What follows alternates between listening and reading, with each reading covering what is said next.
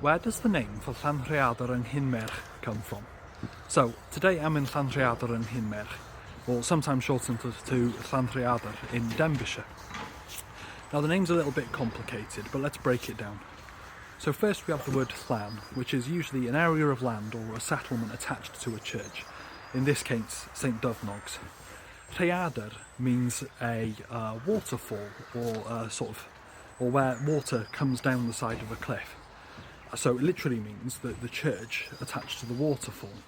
Then we have which is a form of which means in. And then we have Nghinmeirch, which is the nasal mutation for Llanrhaeadr, which is the name for the cumod of the area. So in medieval Wales they didn't use counties like we use now, they had a system of cantrefi and cymydau.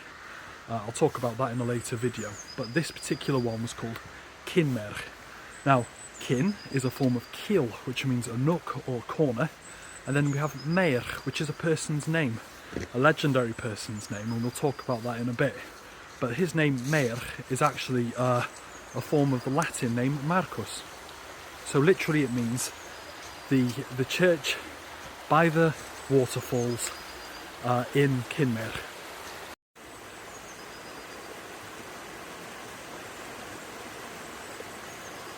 So who was Meirch, who the cumod is named after? So Meirch is a form of Marcus from Latin, and his full name was Meirch ap Meirchion. Now, if you're familiar with the area, you might recognise Meirchion from the town name Llanrhaeadr-yng-Nghinmeirch. Well, originally that was called Dinmerchion, and that literally meant the fortress of Meirchion. Now, there's a couple of stories about him. He's a bit of a legendary figure, but it's his son, Meirch, who gave his name to this area of land. He was one of the original founders of the 15 tribes of Wales. I think that was it. The church in Llanrhaeadr is St Dyfnog's. Now St Dyfnog was famous for having a holy well, so we're going to go off out into the woods up the stream and see if we can find it as well.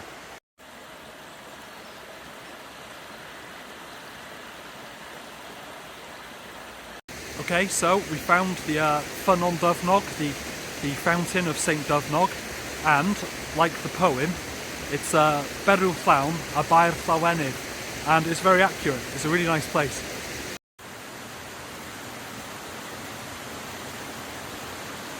So St Dyfnog was born in the year 570, and since then this place has been a place of pilgrimage for hundreds and hundreds of years.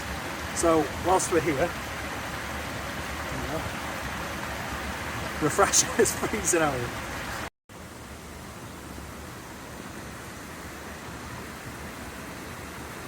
Okay, so recently in Wales it was Gwyl Fair y Canhwyllau, which is like the festival of Mary of the Candles. Now it might be a bit of a pre-Christian tradition, but it's the first day of spring, and as if by magic, where are we?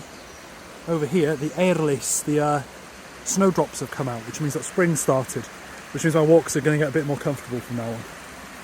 Now, according to one historical travel writer, St Dyfnog's, the church in the middle of Llanrhaeadr, has one of the best glass windows in Wales. So let's go inside and have a look.